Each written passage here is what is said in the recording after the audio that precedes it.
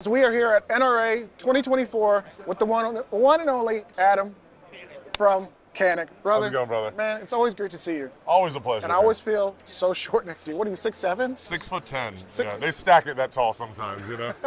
Built in a lab, super soldier, and we want to talk about this guy right here, TTI Combat, which has been one of the most talked about guns of 2024, mostly for great reasons. And brother, like, what was the thought and intention that went behind this gun? First of all. So this is something completely outside of the box for Canik. This is something that's a first for us. It's a first for Terran as well. Yes. Obviously, this gun is based off of a traditional Canik platform, but then Which Canik platform? That's where I'm going to go with this. Okay. So it's actually ironic you say it's based off the Canik platform, but it's its own entity. Yes. It's a completely redesigned frame. Obviously, completely new grip texturing. Obviously, the slide cuts are incredibly aggressive. First ported barrel we've ever had. Obviously, you got the flutes, and then of course the first compensator that Canik's ever done. Yep. That's actual kind of that integrated compensator setup. The 90-degree trigger, all the kind of bells and whistles that Terran would want on a performance gun that we could do in order to keep it at a price that the blue-collar man can afford. Right. And with that comes some really cool innovations we've done that the normal Canik owner wasn't necessarily ready for. You know what I mean? Like, wow, I can't believe they did all this. To include internal changes. Really? It obviously comes with two weights of recoil spring. Okay, yeah. The standard one that's in it, and then the super light one that comes in, the Terran bronze. But even what people don't know is actually the recoil spring that's currently in it is actually lighter than a standard recoil spring that you would find on a Mete SFX, a TP9 SFX. The newtons on that is actually even lighter than a standard. Now we're getting into science and math, right? Right. So newtons. Let's break it down for people like me, right? Yeah. and is that to help out with the compensated nature, or just the recoil, the feeling of recoil? Well, it's a little everything. And the main thing is what we saw was when Terran was shooting this gun, the things that you see him do in the videos, the shooting from the hip, things like that. He's actually running, a lot of the times, he's running a lighter load. Yes. So we wanted to be able to kind of really embrace those performance loads that are traditionally lower than 115 grain and stuff like that. Most people aren't running that at the range. Exactly. But what's really important, whether you're running, a super high load all the way down to, like, say, a 90 grain, is grip. You've got to have a good base on that grip. And a lot of people... That's like, fundamental. It's like your foot on the ground. Exactly. Like, but everybody has different shooting styles, and I'm not going to go into what's the best way, what is not necessarily the most ideal. Thumbs forward, yes. Yeah, you know what I'm saying? but understanding that these guns are driven off of that inertia in terms of that slide goes back with the force of the internal explosion. But it's driven forward off of that that force that your grip is. Now, I'll insert here, the Humble Marksman, he actually did a video shooting a compensated gun, shooting it from the hip, and he kind of induced malfunctions because of that. Yeah. And with that, the company that made the compensator was like, hey, listen, when you're doing that, you can tend to limp wrist it a little bit. And limp wristing a gun, even Glock 19, the gun that you can't break it, right? Right. You can malfunction or create a malfunction. Yeah, you can replicate that issue. Right. So one of the things we said is, all right, while we have a couple options, and one of the things we're going to do that we're really excited about is basically get a lesson from the master himself. We're going to have Terran actually teach one of the things that like a basic course he would do if it was a first-time shooter or somebody like Keanu Reeves coming out to train. We're going to do some videos on what he would teach, giving you a crash course. Like we're going to do a collaboration with Canik with this gun and do some collaborative videos to kind of let Terran. So we're going to do that anyways.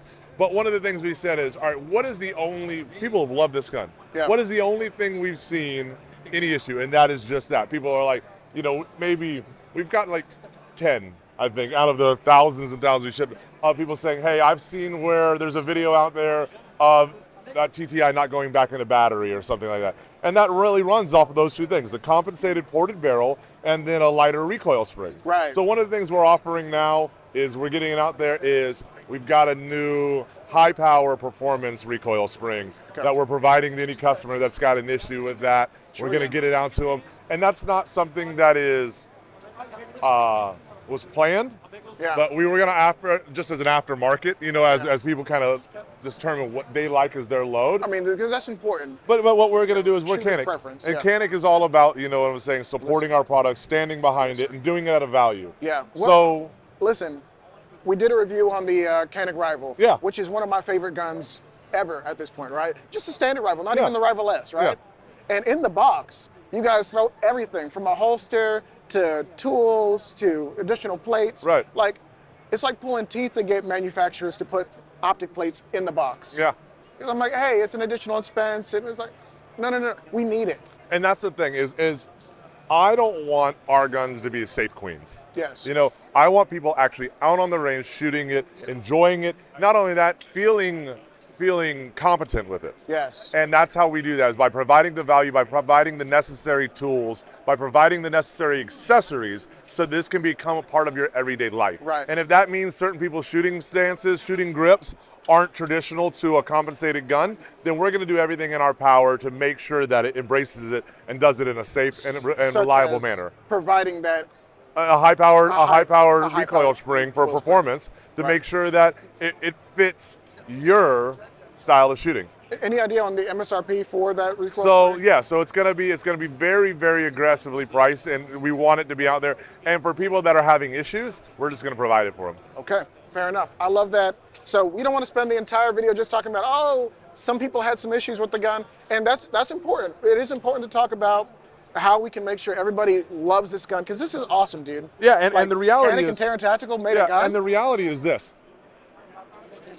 People aren't having an issue with this gun. You know, I mean, to be candid, like there is 30,000 of them in the market. That's a lot of guns, bro. And they're doing, and we've had 4 or 5 people say, hey, this gun runs great, but every once in a while I've had a battery issue. And when we look at it, we instantly get the gun back.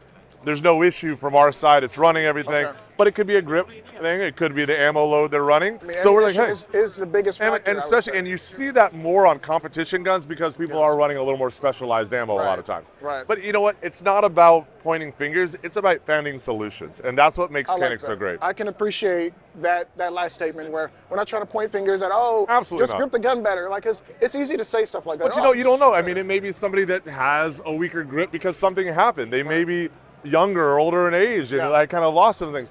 You don't know what it is. It doesn't matter. As long as they're doing it safe, as long as they have a right to carry in this country, we as a community have a responsibility to find options for everybody so we can do this together. And that goes all the way from the manufacturer down to you on a range sitting next to somebody. If you can help them and do it in a respectful way or share your passion with them, that's what we should do. That's the only way as a country and as a community that we're going to grow it and protect it, is by staying united. I love that. So let's end on a fantastic note, which that is a really great note.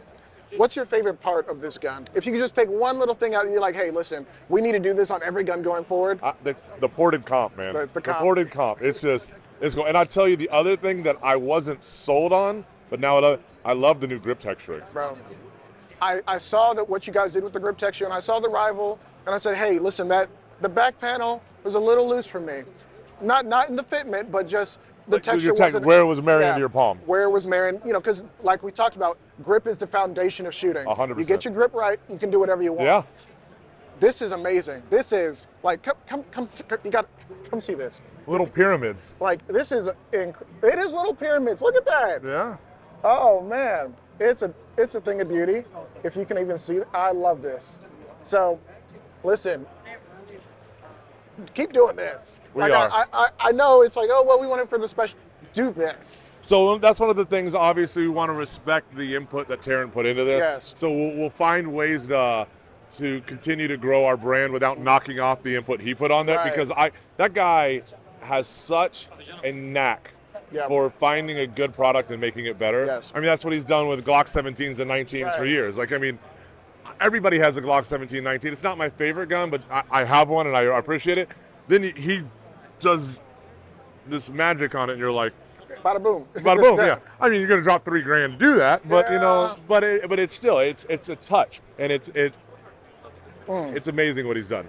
My only question, we did the steel frame. His only question. He's had like 20, but so 25 questions, right? Yeah. And this is the last question, I swear. We did the steel frame Rival S. Is there a reason why we didn't go steel frame for this, or maybe is that something? So, yeah, I got a great, that's a very great question. So Terran obviously has a passion that he wants to do more with us, and there is a potential for a steel frame in the future. So people just need to go ahead and buy the gun, right? So right now, there's two parts to that. One, we got the Rival S that's doing very well. It's still a monster for us. Yeah. Two, the Rival S, everybody always says, I want one of them, but I can't find them anywhere. And the reality is this. We know polymer guns like the back of our hand. That's what we make lots of. Yeah. This was one of those guns where we wanted to get it out there in volume so people could experience it. The only way for us to do that right now was to go with a polymer gun to start. And as we grow, as we evolve with him, we can find options on how we can grow and expand that, and also do it at a price that is attainable to the blue-collar man. Excellent. I love that. Adam, I've taken a lot of your time. Always a pleasure, brother. Thank you so much, man. Yeah. And thank you for explaining to the people, if they've had any little issue with the Canik, how to really optimize your experience with this awesome gun. Yeah. All right. See you guys next time. Peace.